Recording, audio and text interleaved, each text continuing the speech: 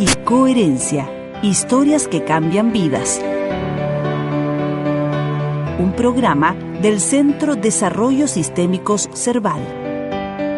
Conduce Susana Muñoz Aburto. Bienvenidos a un nuevo programa de Herencia y Coherencia, historias que cambian vidas. Este programa es realizado por Cerval, Centro de Desarrollo Sistémicos, y auspiciado por Cerval Comunicaciones. Como siempre, nos pueden escuchar por Radio Universidad de Chile en el 102.5 FM y a través de la señal online radio.uchile.cl. Los dejamos con la conductora del programa, Susana Muñoz Aburto. Gracias, Fabiola. Bueno, buenas tardes. Hoy día tenemos una invitada internacional. Ella es María Elisa Mitre de la Reta. Es argentina, licenciada en psicología, psicoanalista. Es presidenta de la Fundación María Elisa Mitre y directora de la Clínica DITEM, Centro de Día Comunidad Terapéutica Psicoanalítica de Estructura Multifamiliar. Ella es miembro titular, didacta, de la Asociación Psicoanalítica Argentina, full member de la Asociación Psicoanalítica Internacional. También es docente y ha escrito varios libros, entre ellos Las voces de la locura, Historias verdaderas de una clínica psiquiátrica y Las voces del silencio. Bienvenida, María Elisa, qué gusto tenerte con nosotros. A mí también, gracias. Bueno, y vamos a ir preguntando a propósito del nombre de nuestro programa, que se llama Herencia y Coherencia. María Elisa, ¿cómo fue que tú te acercaste al mundo de la psicología? En realidad me acerqué al mundo de la psicología, escribí en el libro de Las voces del silencio, porque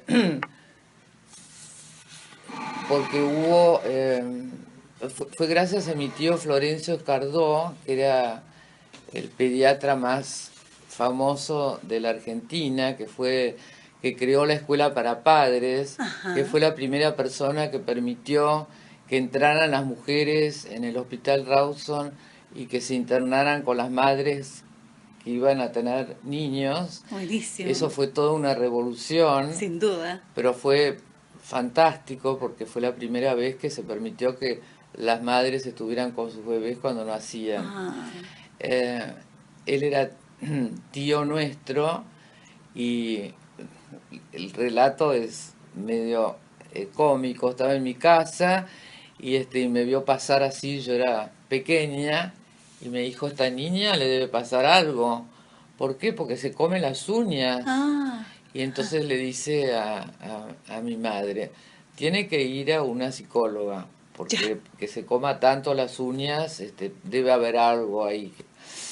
Entonces ahí me inicié, que era muy pequeña, que en esa época ir al psicoanalista era sinónimo de estar loco, así que tenía la prohibición de decir en el colegio que me analizaba. Y bueno, ahí empecé con una psicóloga y después me fui interesando cada vez más. Mi padre, ¿sí? Nada que ver, mi padre era director del diario La Nación. Ya. Y mis hermanos eran abogados, y cuando yo dije que iba a estudiar psicología, un poco se asombraron, pero la verdad es que nunca me dijeron nada. Así que me analicé con una persona fantástica, que no sé si escucharon hablar, de Jorge García Badraco. Sí, por supuesto. Que creo que debe haber sido el psicoanalista más revolucionario de esa época. Y que creó cosas, hizo una revolución y para mí un cambio de paradigma en el psicoanálisis. Sin duda. Terminó un poco, aunque era miembro de la Asociación Psicoanalítica Argentina, con eso del análisis ortodoxo de hola, ¿cómo le va? ¿Y a usted qué le parece? Ajá. Y él trabajaba en el Hospital Borda Ok. y puso una silla en el medio del salón y se dio cuenta que la cantidad enorme de esos pacientes que deambulaban por la clínica como zombies, Sí. hipermedicados Ajá. y con chalecos de fuerza químicos y Y verdaderos, verdadero, chaleco verdadero. eh, no podía hacer una cosa así. Entonces se sentó en el medio del salón a ver qué hacían los pacientes y los pacientes se empezaron a acercar y él empezó a hablar con ellos y a medida que él se empezó a interesar en estos pacientes Ajá. que parecían que ya estaban fuera de este mundo, como muertos en vida, Sí. deambulando, empezaron a hacerle preguntas, se interesaban cada vez más y estos pacientes, en la medida que vieron este interés genuino por ellos y que Badaraco los estaba viendo de verdad desde su verdadera esencia y no Sí. como robots, Ajá. empezaron como a demandar más porque estaban mejor. Claro. Entonces hubo toda una revolución en el hospital y empezaron a decir que el doctor Badaraco estaba creando problemas porque los pacientes que él veían estaban cada vez más Más demandantes, demandante. entonces estaban cada vez peor. Entonces una de las cosas revolucionarias en la época, en esa época y en la nuestra fue que él comenzó a ver salud en la enfermedad. Perfecto. Si querés te explico que él veía como el brote psicótico, Sí. eh, en lugar de verlo como que brote psicótico, Como deterioro, diagnóstico y deterioro, sí, sí. esquizofrenia, como una oportunidad única, como un pedido de ayuda detrás de ese brote, eh, de alguien que estaba disociado, que estaba pidiendo ayuda de una forma quizás inadecuada para muchos, Ujú. con violencia o a los gritos o lo que fuese, pero que detrás de eso había un niño indefenso, Y herido, vulnerable, que había vulnerable. padecido Sí. y que estaba detrás de De esas todas esas voces. Ah, sí. entonces, al ver salud eh, detrás de la enfermedad, cambió toda una forma de pensar y como en el hospital no le permitieron o lo vieron como lo veían siempre, les costó muchos años verlo de esta manera, él puso su propia clínica, DITEM, Ah, que perfecto. después desapareció y yo puse otra clínica que se llama DITEM. Ok. Eh, él pudo hacer toda su investigación, porque en realidad fueron 60 años que hizo él de investigación, nada más Ajá. que viendo pacientes mentales graves y bueno, todo tipo de pacientes. Yo me traté con él, Ya. que fue fantástico, pero venía de análisis muy duros, Ajá. donde te estoy respondiendo. Sí, perfecto, sí. Sigo, Sí. interrumpime cuando quieras. No, tranquila, está muy Em, interesante. venía de análisis muy duros de esa época, Ajá. que se llamaban análisis kleinianos, bueno, ustedes Sí, saben, perfecto. donde se rescataba más lo negativo que lo positivo. Ajá. Em, yo sufrí mucho con esas terapias, Ok. porque si yo tenía un intento de agarrarle la mano a mi psicoanalista, que era un gesto de ternura, a lo mejor que nunca Ajá. había tenido en mi casa con mi madre, o un intento, me lo interpretaban como un intento de seducción o no sé qué cosa, o si yo Ay. movía una pierna era porque lo quería patear, bueno, parece un Ay, disparate, pero sí, era pero así. sí, como... Y la verdad es que eso, en lugar de lograr eh, algo de espontaneidad o de crecimiento psicológico, Ajá. me fue como momificando cada vez más. Ahí como enchaquetando, ¿no? Como, sí, así, porque yo pensaba cada gesto, cada mirada va a ser interpretada de determinada manera hasta que dije basta. Y bueno, me recomendaron al doctor, gracias a Dios, García Badaraco, totalmente distinto, tanto que yo le dije, yo estaré psicótica, doctor, porque usted no me interpreta nada.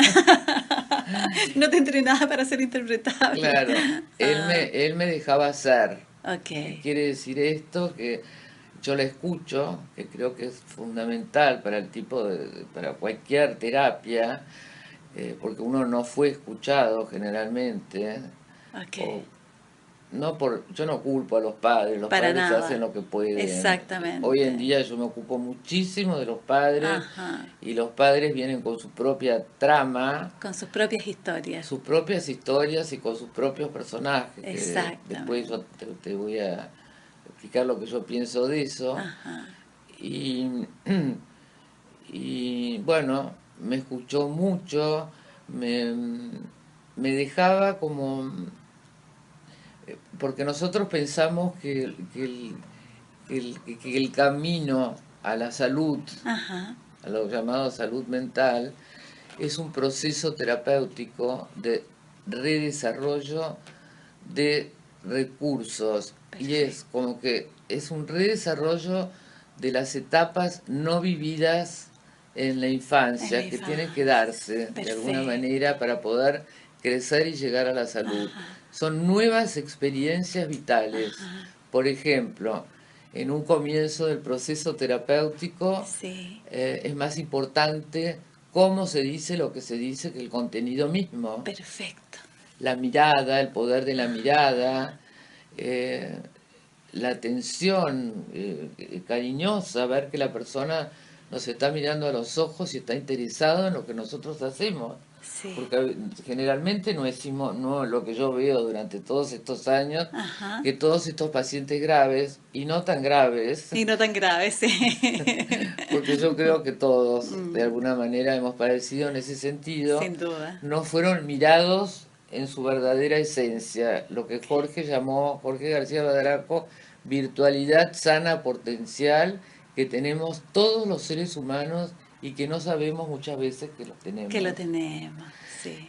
Y bueno, en ese sentido, él me hablaba con mucho cariño. Con cariño.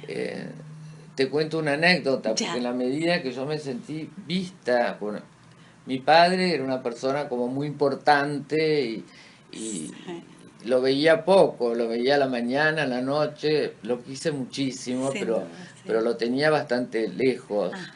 Y ¿qué número de hija era? Yo tengo una hermana mayor que me lleva 10 años, mi hermano Bartolomé, yo y después un hermano menor. Ok, ¿sí? Vale. Estábamos en el padre, que era distante porque era muy importante, lo veías un poquito en la noche, en la mañana. Sí, y como una de las cosas más importantes también, para mí y para los que piensan como yo, que hay cada vez más. Sí. Tú sabías que en Italia, en España, bueno, yo soy miembro honoraria de la Sociedad en Laboratorio de Psicoanálisis Italiano, de Psicoanálisis Italiano, y presidenta internacional de psicoanálisis multifamiliar. Perfecto. ¿Ustedes escucharon hablar de psicoanálisis multifamiliar? Yo sí, pero nuestro radio escucha no necesariamente, así que podría... Bueno, estoy mezclando todo. Está bien, está bien. Bueno, el psicoanálisis multifamiliar también fue creado por Jorge. Ok. Y él hablaba también del potencial no desarrollado de Freud.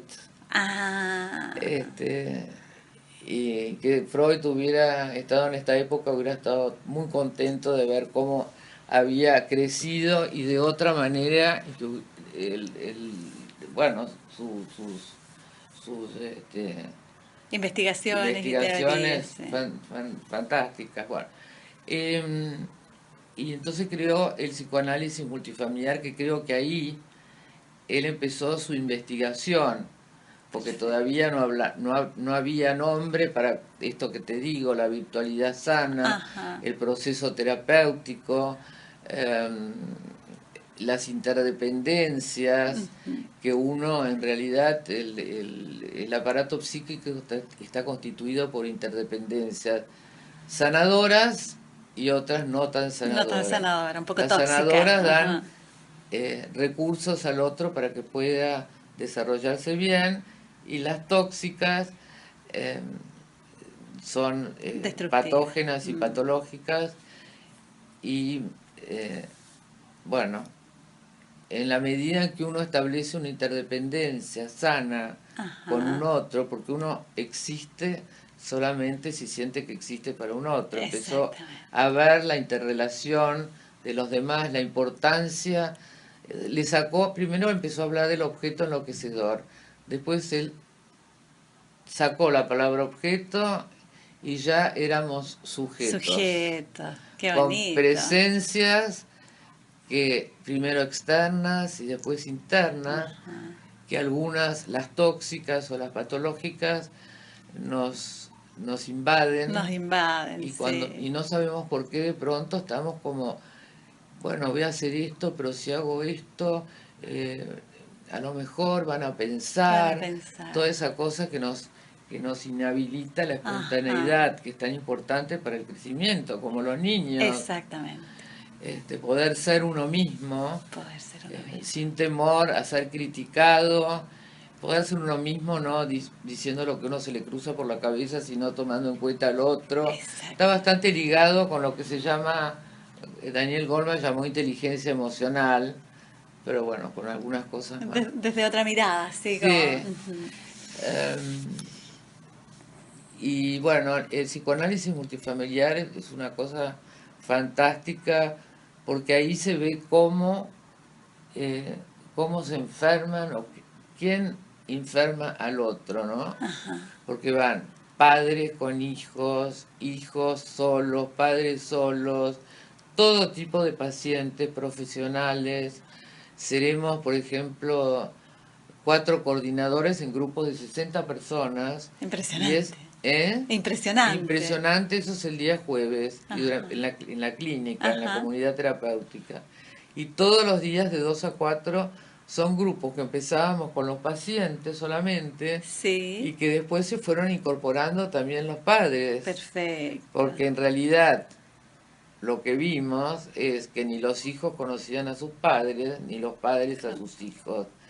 Y que los hijos habían creado personajes, así como antes decían Napoleón o lo que sea, para poder sobrevivir al sufrimiento psíquico. Y que los personajes muchas veces son identificaciones con los aspectos patológicos de los padres, y el hijo está denunciando o está pidiendo ayuda a través de las identificaciones o con la voz de esos padres. Eso fue fantástico, en el sentido que se veía en el grupo cómo se desplegaba toda la locura o lo que fuese. Entonces nosotros lo que hacíamos era meter profesionales y pacientes, y padres e hijos vienen con su propia trama familiar. Entonces nosotros lo que hacemos es meternos en la trama e intentar que los hijos conozcan a los padres de verdad. De verdad. Es decir, apuntar a los padres, bueno, porque los padres siempre están referidos a sus hijos, no, porque este hijo está loco. Y los traen al consultorio diciendo, este hijo está loco. Estábamos en el auto y de pronto lo hicimos esperar un ratito y rompió el vidrio. Está loco, ¿qué hacemos? Con toda razón, no tienen por qué saber qué está sucediendo. Y nosotros los vemos como sanos, porque vemos como que hay un pedido de ayuda detrás de eso que parece loco. Exactamente. Y que sí, que es loco en un sentido, que es inevitable que los padres, si ven a un chico que rompe con el pie o con un martillo, con lo que sea, los vidrios del auto, no está muy bien. Pero nosotros inmediatamente, o yo, después de tantos años de experiencia, de haber trabajado en la clínica de él, los veo inmediatamente y el grupo en general que está formado con nosotros Sí, puede ver detrás de esa aparente locura que hay una persona sana sana, que pidiendo tiene que ayuda, claro. crecer y que hay que Ajá, rescatarla. perfecto. Mm, Eh, ¿Cómo se rescata? Eh, bueno, como, como, como un niño, primero tiene que realizar ajá, experiencias nuevas, vitales, es decir, enriquecedoras, como yo te conté que me había pasado con García sí, Badraco, sí, para empezar el redesarrollo de su proceso terapéutico. Un poco perfecto. Winnicott también hablaba de Sí. esto. Pero eh, entonces, como te decía, eh, es muy importante darse cuenta en qué momento del proceso terapéutico está cada paciente. Por ¿En qué ejemplo, minuto se detuvo, no, el desarrollo? Ok, exacto. Y, por ejemplo, me acuerdo que había una psicoanalista que era muy importante y estaba en el grupo y había una chica que recién empezaba su tratamiento, una paciente con consumo ya, y con una historia terrible. Y esta psicoanalista le hizo una interpretación que era correcta, pero devastadora, muy devastadora. devastadora. Y la chica esta lo percibió y le dijo, pero escúchame, ¿vos quién sos? A vos no te conozco, ¿qué me estás diciendo? No entiendo nada. Porque es como un niño, como si yo le dijera a Claro. un niño, a vos te está pasando esto, porque... Bueno, Ah, entonces eh, ahí Badaraco, bueno, y nosotros lo que hacemos, Badaraco se murió hace 10 años. sí, eh, Nos dimos cuenta que, que los pacientes son en un comienzo como niños que necesitan, eh, como ya te dije, más la forma, el acercamiento cariñoso, por ajá, ejemplo, como los padres. sí, Uno entrevista padres y es tan importante exactamente. el vínculo que se establece con ellos, Ajá, si necesitan, quiere un vaso de agua, es tan importante porque si ajá, no se establece un vínculo sano, la persona siente que no puede contar con nosotros. Si yo le empiezo a decir exactamente. al padre, usted está haciendo mal con lo que sea, con lo que está haciendo con su hijo, es un desastre, además no lo pienso. Ujú, Pienso que padres e hijos se tienen que conocer detrás de esos personajes que ¿qué inventaron construye? para poder sobrevivir al sufrimiento. Perfecto. Bueno, cualquier cosa que me quieras preguntar. Sí, yo estaba pensando, María Elisa, Sí, en la formación de los terapeutas y el miedo. Porque es como los niños o los adolescentes o los adultos que están creando estos personajes, finalmente están como bien aterrados en este desamparo. Y exactamente. yo me pregunto por el miedo de los terapeutas que necesitan contener a estos adultos niños que se detuvieron un día en ese dolor. ¿Mm? Exacto, lo más difícil de todo, justamente, porque los pacientes que vienen, que son adultos, yo hablo siempre de la memoria vivencial. Ok, Una persona sí, sí, puedes seguir. nace Ajá. en un mar de vivencias Sí, y con, con un nivel de indefensión muy grande, entonces tremendo. cualquier cosa que se diga fuerte o cualquier clima de violencia Ajá, familiar o gritos y que el chico siente que no puede contar con nadie y nadie puede percibir que está sufriendo, es como que sí. después nosotros tenemos que ir adivinando el sufrimiento, porque yo creo que el padecimiento humano es lo que hace que una persona enferma, detrás de todos los síntomas, por ejemplo, un paciente está a los gritos diciéndome, esto me pasó un montón de veces, y le digo, qué sufrimiento, y de pronto se le llenan los ojos de lágrimas, Ah, se le desaparece la violencia y sí, comienza a llorar y a conectarse con sus con sus emociones, que emociones. son una condición sine qua non para el cambio. Sí, sí, sí, sí. Eh, eh, bueno,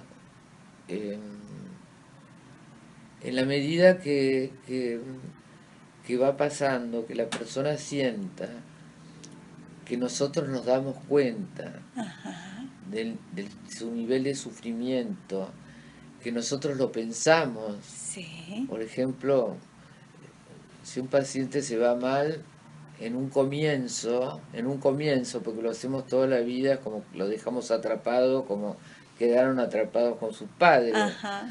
Pero lo llamo por teléfono, llegaste bien, es decir, que sienta que lo tenemos, que lo estamos pensando, que lo tenemos en nuestra cabeza. Que cuenta con una red finalmente, ¿no? Como... Claro, con la red en la clínica tenemos como una red donde nos reunimos y vemos en qué momento del proceso está cada paciente. Si por ejemplo le podemos poner límite, en qué momento está el paciente para que le podamos poner un límite, si se pone mal, bueno, todas esas cosas. Y el miedo de los terapeutas. el miedo, me decía. ¿Te hablo del miedo de los terapeutas? Sí, ese me interesa. En un comienzo y en muchos lugares, como esto nunca se dio de que hay que exponerse, que uno se muestra como es, porque además... Más allá del rol. Pero hay gente que viene y dice, ¿quién es el que está mal? No pueden distinguir entre el psicoanalista y el paciente. ¿Qué? Y cuanto menos idealizados nos tengan, mejor para él, porque si nos tienen idealizados se quedan sin terapeuta. Sin terapeuta. Entonces eso nos hace como más cercanos, aunque tengamos más autoridad. Ajá. Y muchas veces hablamos de nosotros, pero no de nosotros para curarnos, sino porque puede llegar a servirle al paciente, pensando en lo que uno va a decir, no va a contar una cosa demasiado íntima, pero por ejemplo, bueno, y esto es muy importante, no trabajamos con interpretaciones, porque las interpretaciones rígidas generan mucha resistencia y hablamos desde hipótesis universales. Para que despierten vivencias, porque lo genial, yo digo genial porque me parece genial, de este dispositivo es que genera vivencia. Entonces esa memoria vivencial que quedó detenida y que tiene que ver con el miedo. Perfecto. Porque el adulto sigue creciendo y ese impacto donde no tuvo a nadie y nadie se dio cuenta que estaba sufriendo porque estaban pasando cosas a su alrededor que nadie le explicaba y nadie le agarraba la mano y decía, no te preocupes, que esto va a pasar. Como puede suceder con una película de terror, que estamos con un niño, y le digo, no te preocupes, esto no existe, y apagamos la televisión. Eso no ocurre cuando uno es niño generalmente, o en hogares que pasaron estas cosas. Y bueno, esa memoria vivencial, yo me acuerdo de un paciente que 40 años, no, mi padre no puede entrar a la clínica porque va a destruir todo, escuchaba los pasos del padre y empezaba a temblar como una hoja, y decíamos, qué raro, porque este padre no es tan tremendo, si uno lo conoce, pero claro, pero él tenía en su memoria un registro, como en el cuerpo, en la mente, de violencia, de hablar fuerte, de gritos, o de generalmente peleas con la mujer, o climas. Los climas. El clima emocional en el grupo es fundamental, diferente al enfermante, porque para que pueda una persona desarrollarse y empezar a ser, necesita un clima especial que le permita confiar, sentir que cuenta con uno, y ahí empieza el proceso de la persona que empieza a poder hablar por primera vez de lo que siente. Perfecto, bien. Vamos a ir ahora a una pausa y vamos a volver en unos momentos más. Gracias, María Elisa. Volvemos en un momento.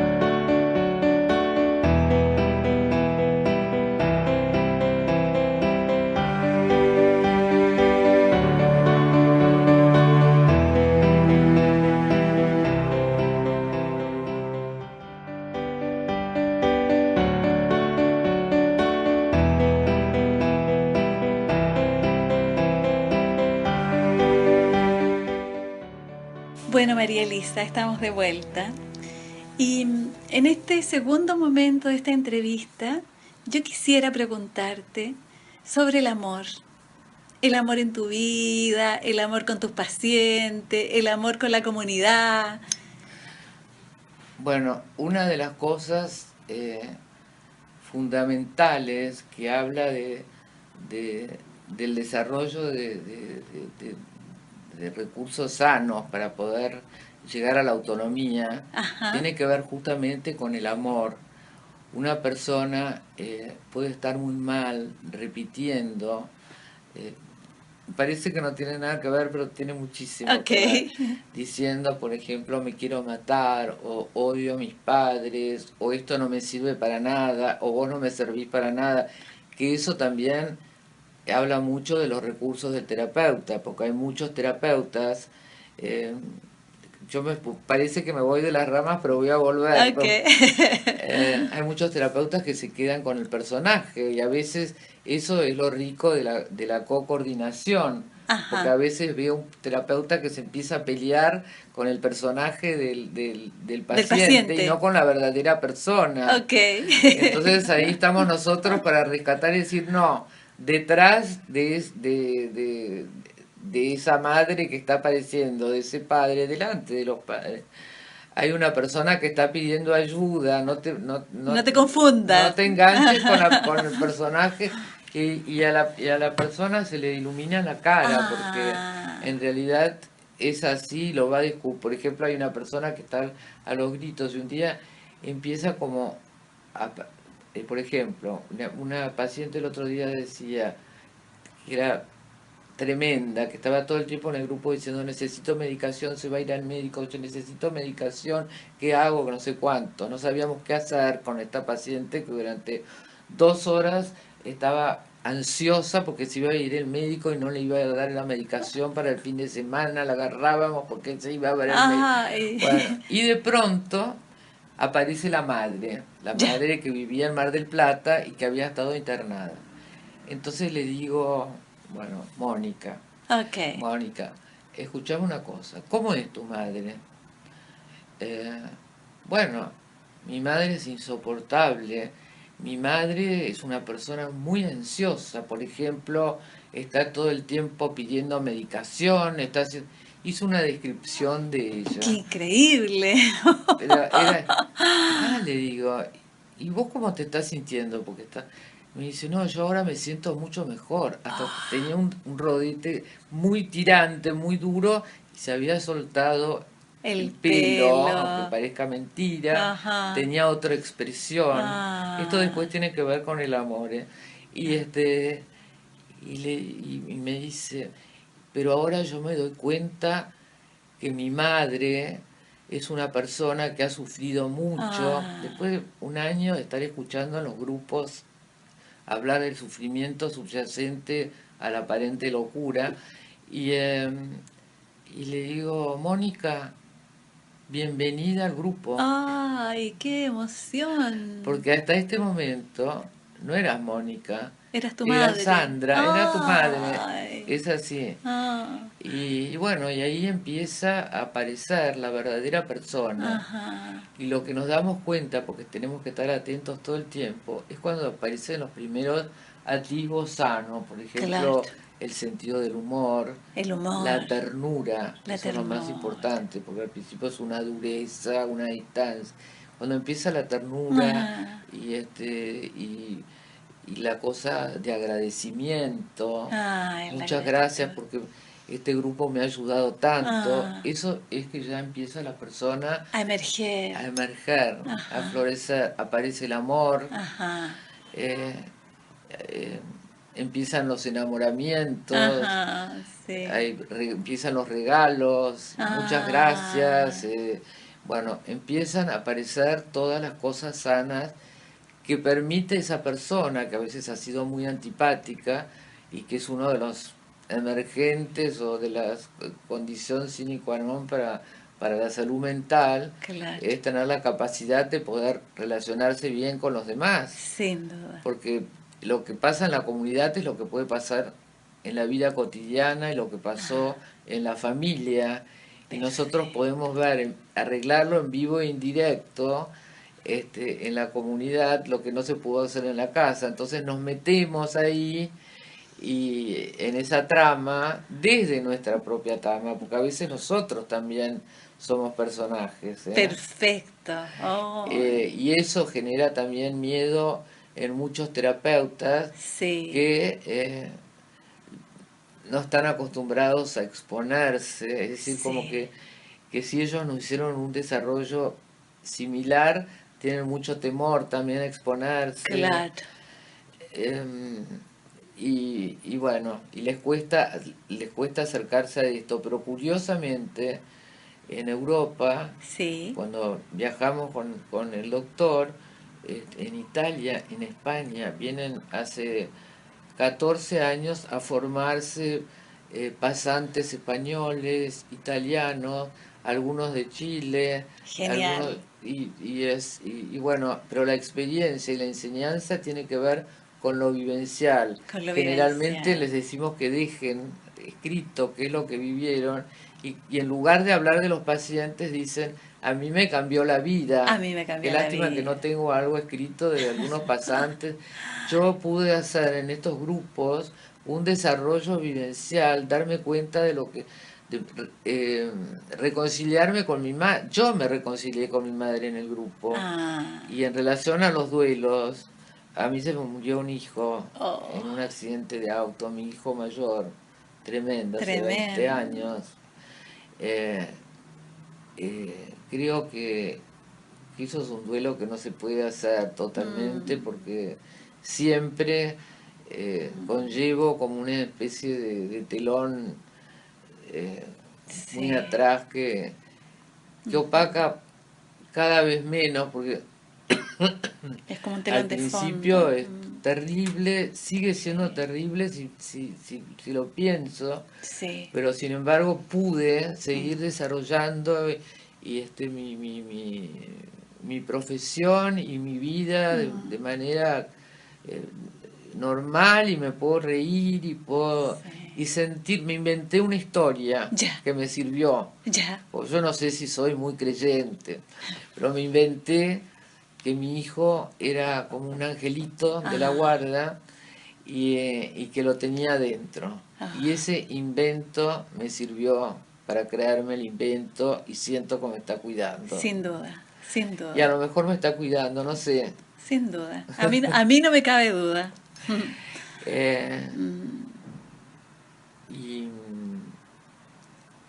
¿Qué más me había preguntado? Te había preguntado sobre el amor, me hablaste de los duelos, de la pérdida de tu hijo y cómo te cuida hoy día. Cómo me cuida y poder hablar de eso.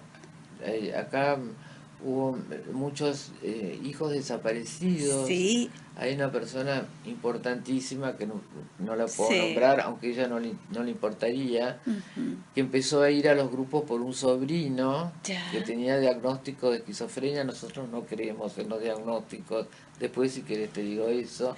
Y empezó ella a quedarse, una persona brillante y con un hijo desaparecido, y que tenía un odio por las personas que supuestamente que se lo habían llevado. Vinieron a las 12 de la noche, preguntaron por el hijo y se lo llevaron y nunca más lo vio. Y un día, después de 5 años de venir porque además esto es como una conversación, la gente, esto es otra de los lemas importantísimos, es tratar de que la persona no tenga razón, y que el respeto hacia la vivencia del otro. Por ejemplo, vos, culpa tuya, mamá, yo me siento así porque yo me siento mal. No, le dice la madre, vos no te sentís mal, porque tenés todo, no puede ser que te sientas mal.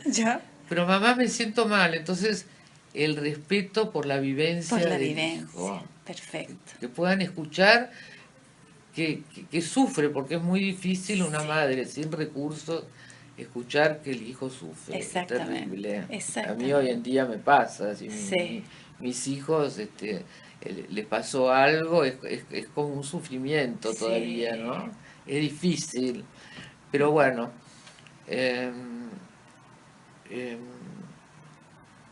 estábamos hablando...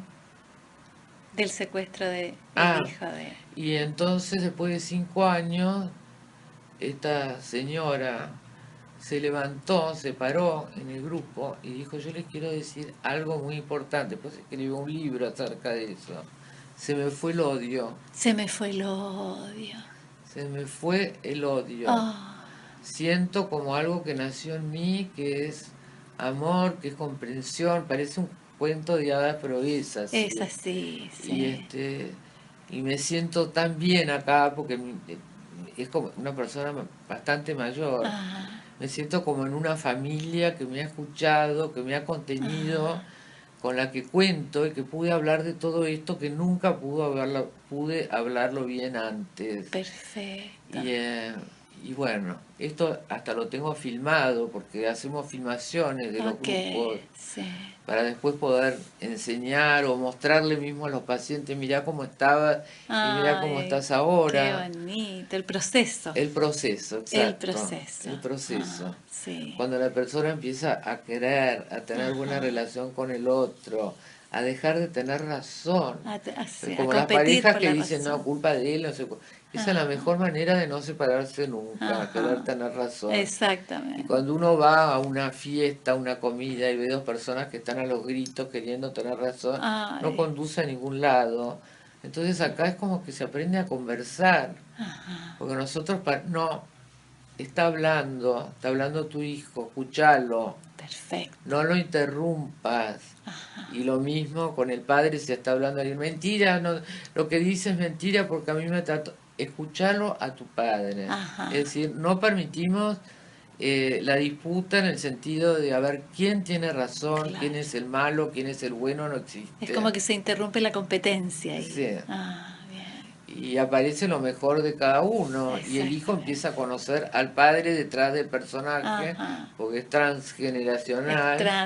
Y el padre al hijo. Y digo: ustedes saben una cosa, ustedes no se conocían, se estaban comunicando desde dos personajes tan antipáticos que nunca se iban a encontrar. Y bueno, ese es el punto de encuentro y del surgimiento del amor, al reconciliarse con la verdadera persona. Perfecto. Porque uno no se reconcilia con el personaje que tiene en la cabeza, que lo maltrató, que sintió que no había entendido, que no lo había visto en su sufrimiento, y se reconcilia con el verdadero padre que también sufrió, que por eso fue así. Exactamente. Y empiezan a hablar desde su historia y no en relación todo a sus hijos que les arruinaron la vida. Perfecto. Empiezan a decir: bueno, la verdad es que mi padre era muy duro también. Y empiezan a hablar de ellos y a hacer su propio proceso terapéutico. Como una reconciliación. Una reconciliación profunda, histórica además. Sí. Es lindo lo que dice, porque es como, finalmente, es como el grupo multifamiliar es una recreación en todos los niveles de las propias familias de origen, ¿no? Exacto. Entonces, como al curarse en el grupo multifamiliar, se van curando es como se multiplica, es como los núcleos de sanación. Exacto. Se van multiplicando a través de la vivencia, porque de pronto una persona se está dando un cambio, ¿no? Pero no se ve. Entonces uno, desde hablar de hipótesis es, a mí me parece que en la vida muchos hemos sufrido. Es decir, hablar así permite que uno le está hablando a todo el grupo, no a una persona. Entonces el que recoge esa vivencia o se siente identificado con eso, quizás no lo dice en ese momento, pero llega a su casa y dice: ay, a mí me pasó esto. Sí. Es así. Es decir, que sigue el proceso. Ese proceso de cambio. Y bueno, y bueno, ahí aparece la capacidad de amar. De amar. Realmente. Aparece la ternura, el amor. Parece un cuento de hadas, pero es así. Cuento, pero es así. Hace 60 años. María Elisa, yo quisiera hacerte una pregunta. ¿Cómo transcurre cómo es esta transición entre que tú eras paciente del doctor Badaraco y después te transformas en colega o empiezan a trabajar juntos. ¿Cómo ocurre esa transición? Bueno, no sé si es tan usual, pero realmente fue, mi terapia con él fue como haber renacido, porque todo lo que te acabo de describir de lo que sucede en los grupos me pasó con él en la terapia individual. Perfecto. Por ejemplo, te relato algo. Él una vez, yo estaba muy mal, porque de pronto se te aparecen todas las necesidades de toda la vida. Cuando empezás a contar con la otra persona, Sí. te empiezas a sentir, cuando la persona es omnipotente, que no necesita nada de nadie, qué sé yo, viene otro momento, si cuenta con nosotros, Ajá. donde aparece, donde surge toda su necesidad almacenada durante años, y ya sabemos que el proceso terapéutico ha avanzado. Ajá. ¿Qué quiere decir eso? Empieza a pedir, baja el nivel de omnipotencia, yo necesito. Bueno, en esta terapia con Badaraco en un momento yo estaba como muy necesitada era como que era tan agradable sentir que por primera vez en mi vida yo podía hablar desde las tripas y que Sí. me estaban escuchando Ajá. y que me estaban conociendo de verdad, de mi verdadera esencia. Ajá.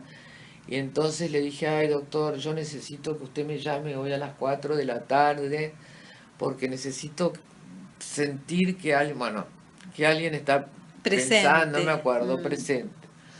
Entonces me fui a mi casa, llegué y me senté al lado del teléfono A esperar la a llamada. esperar la llamada. Ya. Ahora cada vez que pienso no lo puedo creer. Y eran las 4, las 4:30, las Ah. 5, las 5:30, las 6, las 6:30, las 7, a las 8 yo era una furia. Y al día siguiente voy a la sesión y le digo, doctor, usted no cumplió con su promesa. Y le escribí todo esto. Estuve desde las 4 hasta las 7 de la tarde esperando su llamado y fue terrible. Y de pronto, este gran señor Sí. se le llenan los ojos de lágrimas, Ah. pega como un puñetazo en la mesa y me dice, ¿de qué me sirve hacer todo lo que hago? Tener una clínica, ayudar a todo el mundo, hablar de todo lo que hablo, si no pude darme cuenta de la importancia que era vos este llamado.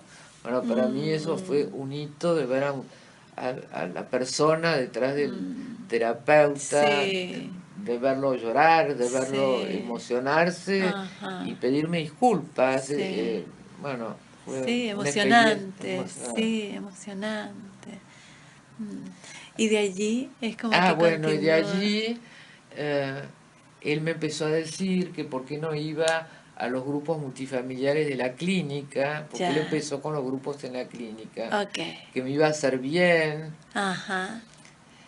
Y yo empecé a ir a los grupos multifamiliares de la clínica y me empecé, ¿Y con la familia? ¿eh? Y fue como ir a los grupos con tus padres, con... No, no fui con mis padres ya eran eh, grandes y no sé. Ok. No, esto se dio solo, Espontáneamente. y espontáneamente me reconcilié con ellos aunque no estuviesen. Perfecto. Es como que me doy cuenta porque mi madre era un poco dura Ah. y no tan cercana. Justamente anoche, no sé si porque iba a tener esta entrevista, soñé con mi madre. Ya. En serio, soñé Sí. con mi madre que se había muerto pero que no se había muerto. Pero un sueño Ay. tan lindo. Lo Lindo. soñé anoche, Sí. de verdad. Buenísimo. Y le decía, mamá, pero tú me estás hablando. Bueno, no importa. Y fue lindísimo. Y entonces, hablando de reconciliación, y, y empecé a ir a los grupos, me empezó a pasar todo esto y me empecé a interesar por el ser humano como nada, Ok. como nadie. Empecé a relacionarme ahí, es como cuando le empecé a perder el miedo a los pacientes, me di cuenta que ellos estaban mucho más asustados que uno, cuando uno se da Ah. cuenta de eso, bueno, no me grites porque yo sé que vos sos una buenísima persona, no sé. Empecé Perfecto. a relacionarme con los pacientes de igual a igual. Ajá. Y ellos me trataban de igual a igual.